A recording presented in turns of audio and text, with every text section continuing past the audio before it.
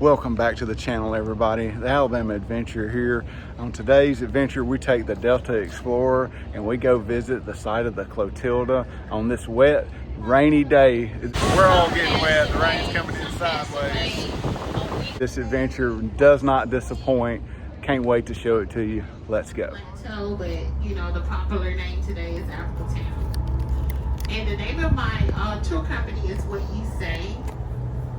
And we partnered with Blakeley Island over 3 years. Do me a favor and hit that like button and subscribe to the channel. Thanks so much for watching the video. So we're here on the Mobile River, and it kind of looks just as it did back in the 1800s. It was still a shipping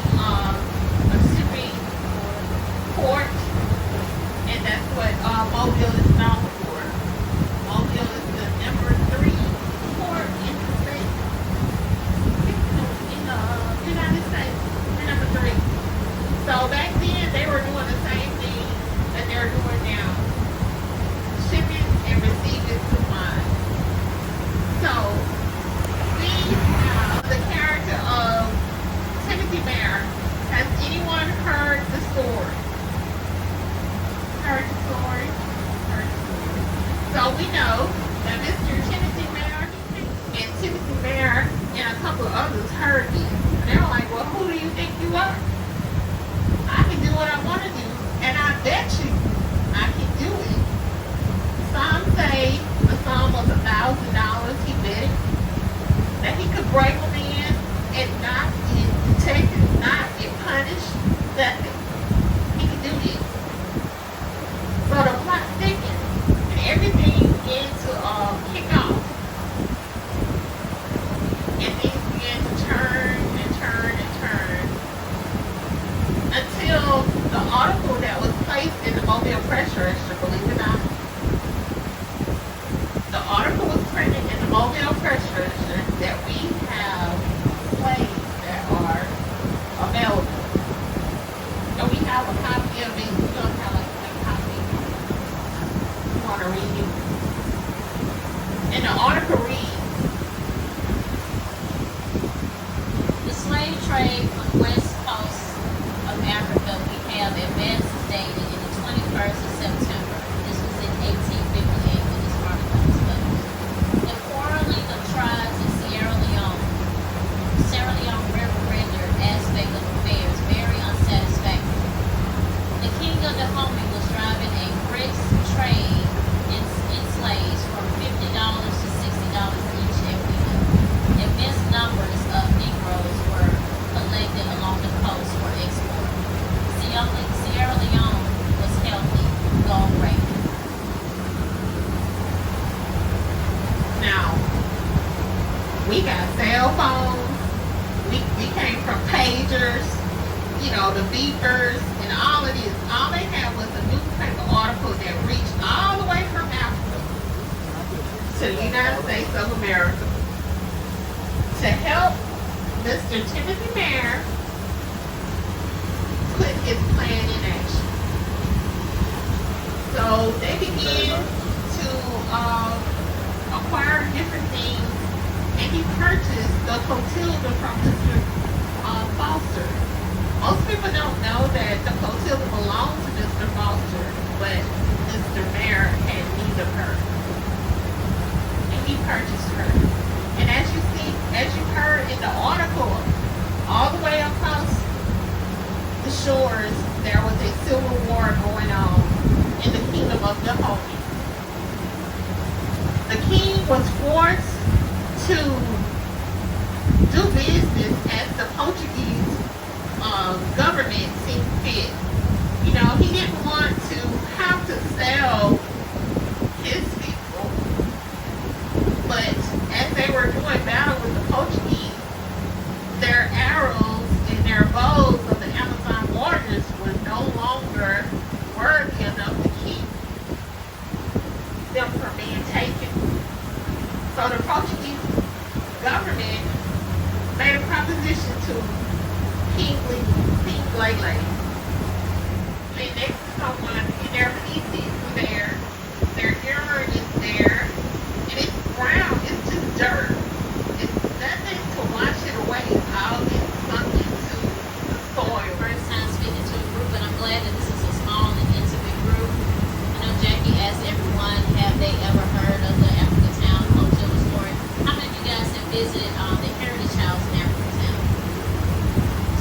just to let you know that the Heritage House is free for all Mobile County residents.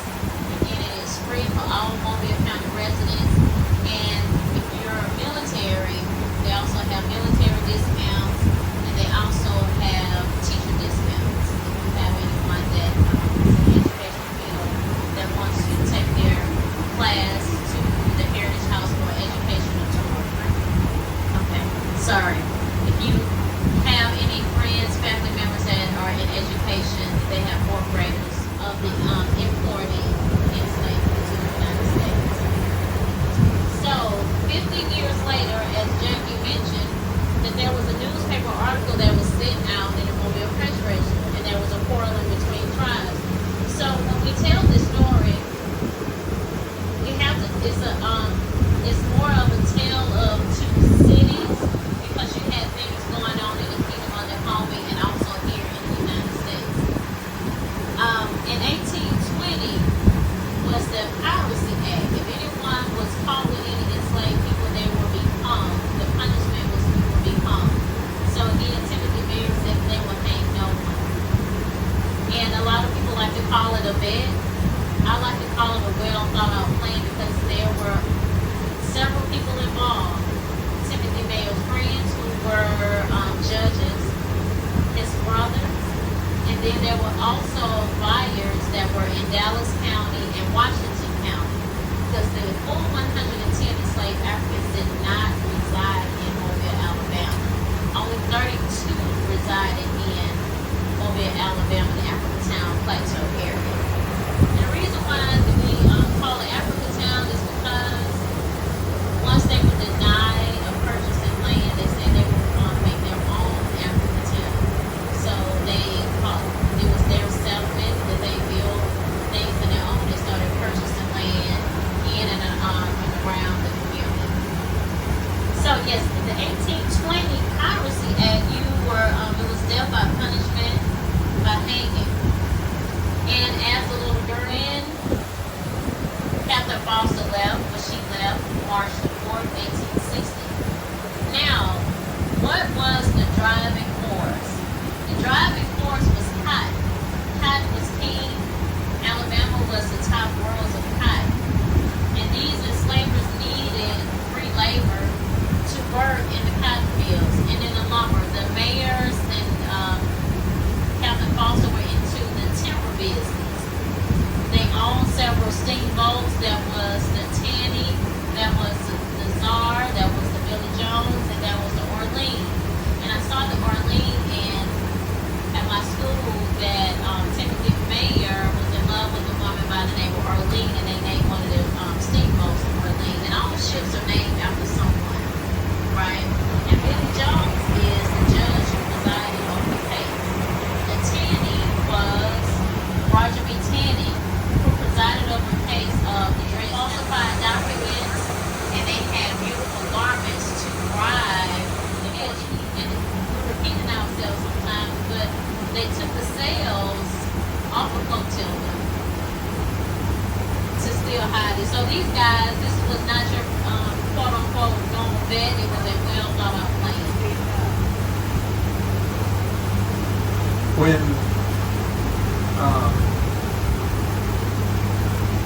Foster came back, he docked at Port of Pines. When he was there at Port of Pines, he paid a lot of money for a guy in a horse and buggy to bring him up to Mayor's place. And because he figured that they were looking for him. And he was right. Mayor said, hey, everybody knows about this. You're going to come in and the ship is going to get taken. You're going to get arrested. And they came up between them with an idea of the way to counteract this. And hold on just a minute. Got it. He came up with an idea on how to keep from getting caught. The idea was that once you got to Dog River, cut over to the east and hit the Spanish River. Now, Dog River is not as we know it today. Dog River was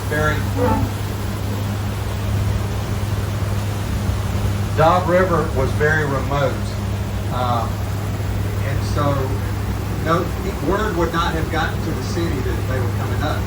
But they did something that changed the look of the Clotilda.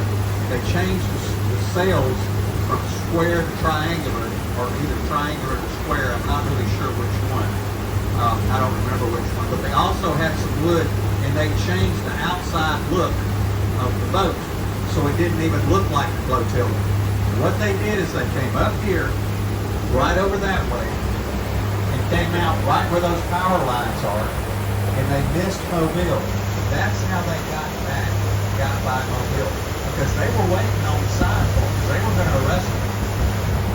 And, but as we pass by the power lines, you'll see an area, and it's filled in now. It's not really navigable, but at that time it was a navigable waterway.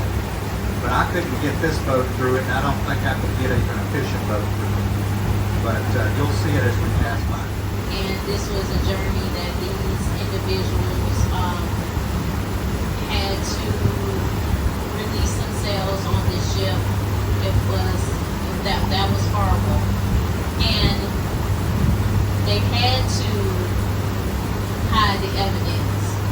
And again, Clotilda was Captain Foster's prized possession, right? Built in 1855, built for speed. It was his prized possession. So in their arrival, Timothy Bear's brother, Burns Bear, and an enslaved African Indian descent,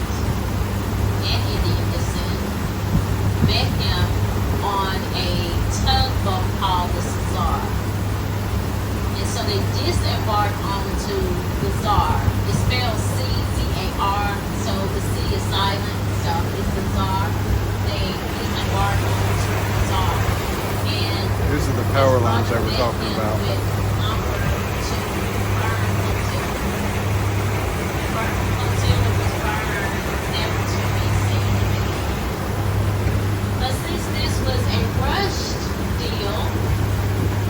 Clotilda, yes, it was submerged for 160 years.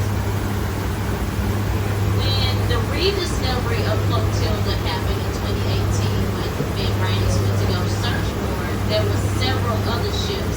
This was they call it a ship's graveyard. So when it first happened, they said it was a no-tilda and search, and that's when the graphics came out to do a different study for advanced equipment, and that's when they discovered that it was indeed Clotilda, because it was made out of yellow pine, and then they also had to research the nails that was used to build Clotilda. Dr. Foster kept a log of everything that he did. It was very detailed.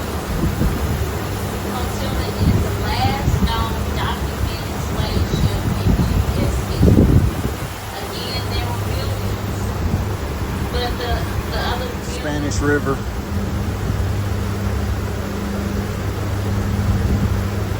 So again, how this story is significant to me. Both of my ancestors were aboard the Clotilda. There was one man. He was Mr. Gardner from New York City. He tried to get pardoned by President Lincoln, and President Lincoln said enough is enough. So there is only one man who was hung for not following the law in New York City. That that kind of water just wouldn't run out of this particular area. When we get a hurricane out there in the Gulf, where it's just south of us, it'll pull some water out of the bay. Yeah, you might have 4, 5, 6 feet, but there will never be enough where it will be exposed. Now there is a tree there that you're going to see that has some solar arrays on it and some cameras. The boat is at a 20-degree angle. As facing it. You're going to be looking at it from this side of the beach. When we go into your right, like I say, you won't be able to see it, but that 20-degree angle and shoot her deepest point like about 16 feet, and even her shallowest point, I don't think would ever be uncovered. Little rain Now, shower. if you want to, if it starts getting wet, you can move to the center. Believe it or not, for the last 4 times that we've headed this way, it has rained. What does that mean? Oh my goodness.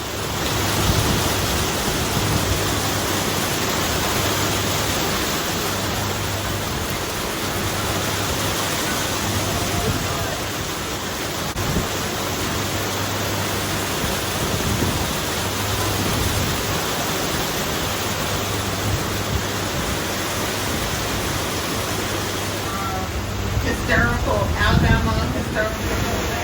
Am not a myth.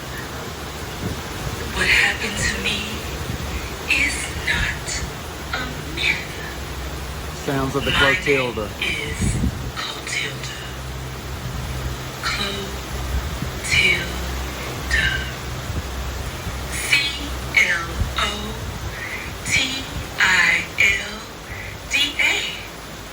Not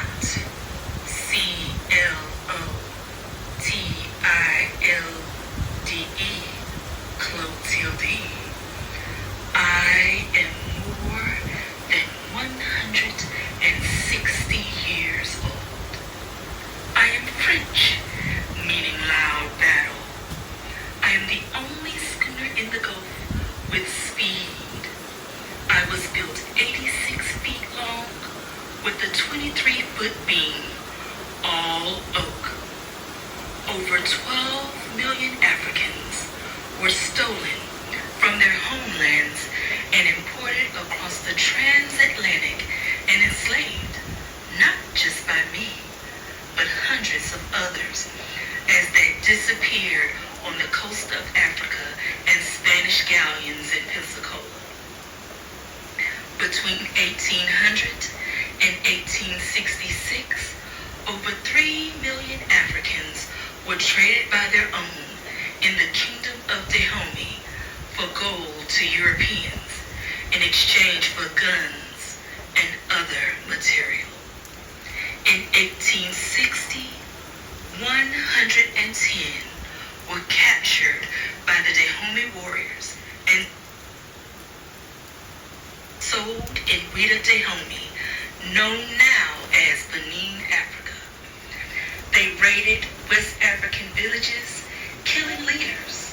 I was guided across the Atlantic for 2 months as a floating dungeon. You can never take away the spirit of an ancestor.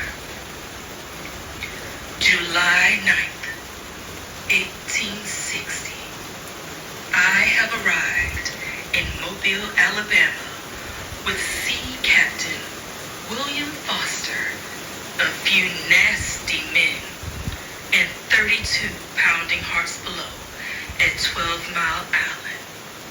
76 were sold along the way on the treacherous 60 days across the ocean. Foster transported the Africans onto a steamboat quietly up the river to hide them into the woods of Magazine Point, while I, Clotilda, was set ablaze by Foster and his men to hide the evidence of smuggling.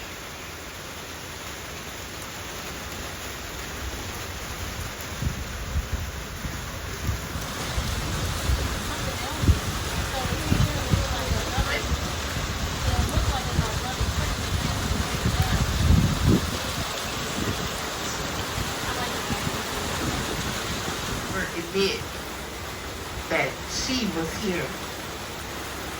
Where we are today, and we see the fish camp here, it's the Mayor's Family Fish Camp. And what other place better than your own front yard to hide evidence?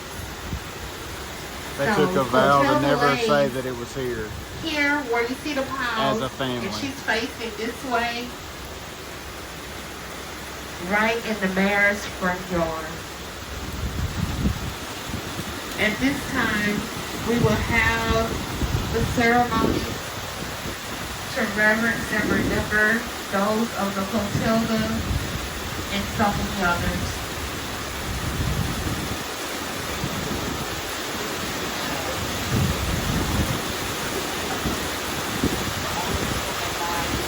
So I mentioned several times about my trip to Ghana, and such a beautiful place, and a lot of things that I don't know about my culture. And one thing that was done is called a libation ceremony, and this is a ritual to honor our ancestors. And we use this by pouring of the water, and we call out our loved ones, our ancestors. And what Jackie's going to do, we're going to pass out flowers, because coming to the site is very sacred, and we want to honor those survivors of the Clotilda. There were many that came across that are known and unknown. So what we want to do is we want to pay homage. And I'm going to perform this ceremony. One thing I asked one of the elders in the community in Ghana is like, am I doing this the correct way? And one thing he told me to do, and one thing Jackie did for us, is to ground us. And the elder in the village asked me, he said, when you do it, take off your shoes so you can become grounded. So I'm just going to take off my shoes.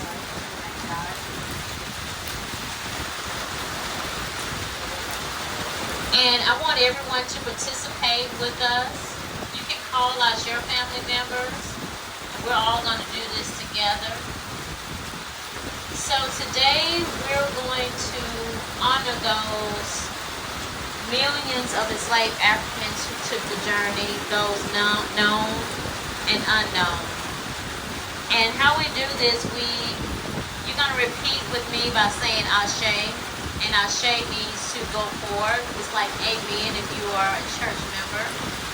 And the first thing I will do is I will call out one of my ancestors' names, and I will pour water. And then I ask you to release flowers to those, and it's okay for us to get wet, we'll get dry. To call out your ancestor's name. So I'm going to call out Charlie Lewis, who was aboard the Clotilda. Charlie Lewis. Ashe. Ashe.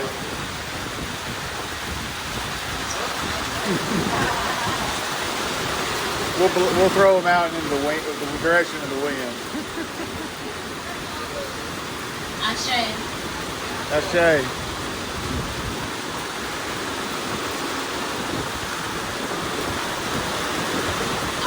Ashe. Ashe. Ashe.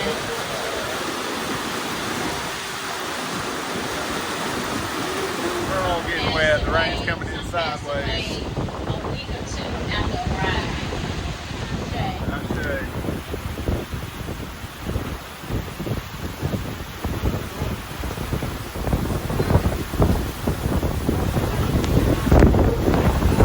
That's cold. All right. Yep, that's cold. Wow. Wow, we're all getting soaked. We're all getting soaked. Yep. I think the captain did that on purpose. You did that on purpose, Captain. Alright. Right in there where they just took us, turned us around, backed us up. That's where the Clotilda is. We didn't go over it though. Right after they talked about this being the people's fishing camp that burned the Clotilda, and their family kept it a family secret, the slide, all that wind and rain came in and knocked the slide over that's right around where I'm pointing at. And now the rain is calmed down. Still raining, but it's calmed down, and the wind's calmed down a little bit. Don't go looking for me in the history books because I'm not there.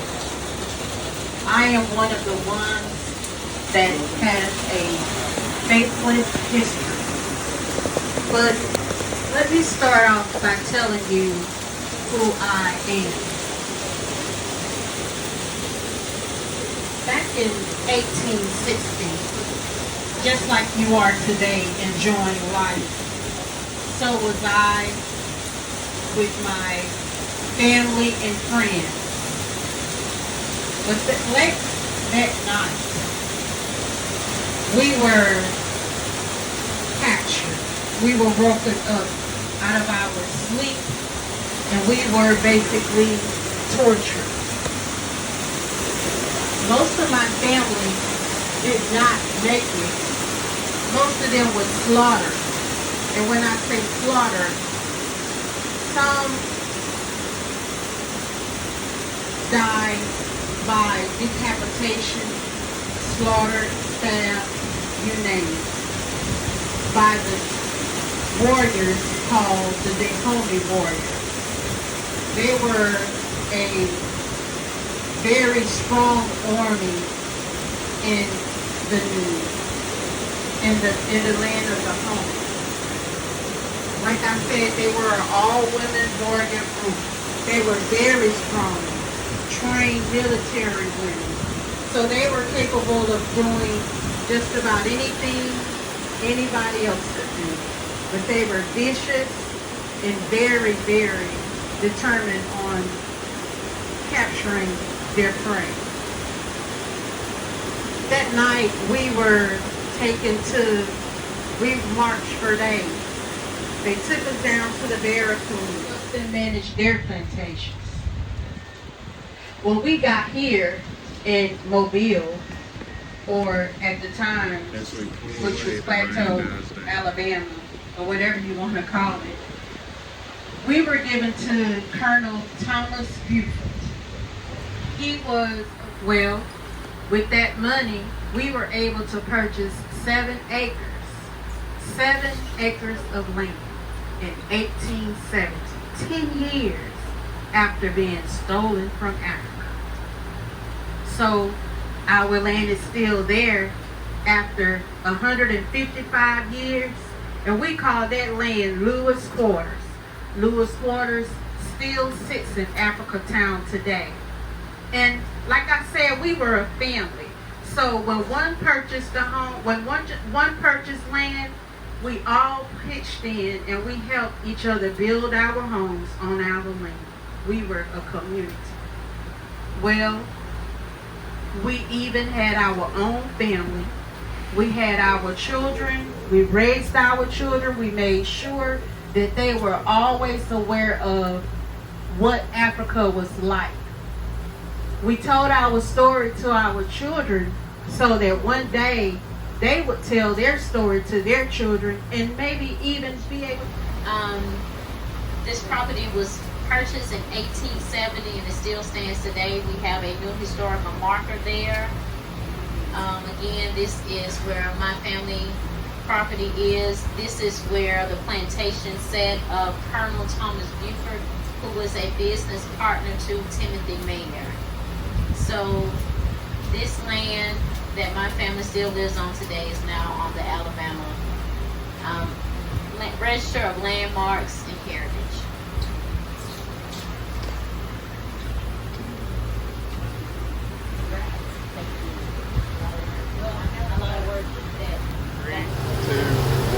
What you say, touring all things Africatown and Africatown Freedom Tours.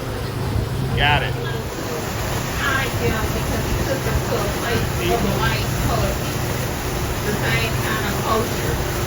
Yeah. So yeah, we'll be coming up to it soon. It's right over. You can actually walk from here to Plateau. And underneath this bridge is the place where we hung out and played. We played as a young person. When we got up in the morning, we had to eat breakfast and get out. And we stayed out the whole entire day.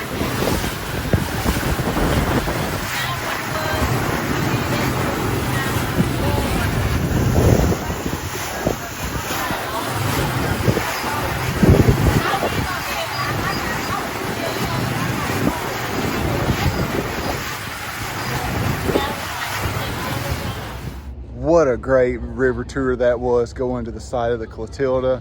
As you can see on the Delta Explorer back there, they're part of the Blakeley Historical State Park. You need to check them out on their website. If you like this video, give me a like, drop a comment, and subscribe to the channel. It really helps the channel out. Can't wait to bring the next video to you. Hope you enjoyed this one. Thanks so much for tuning in. See you next time.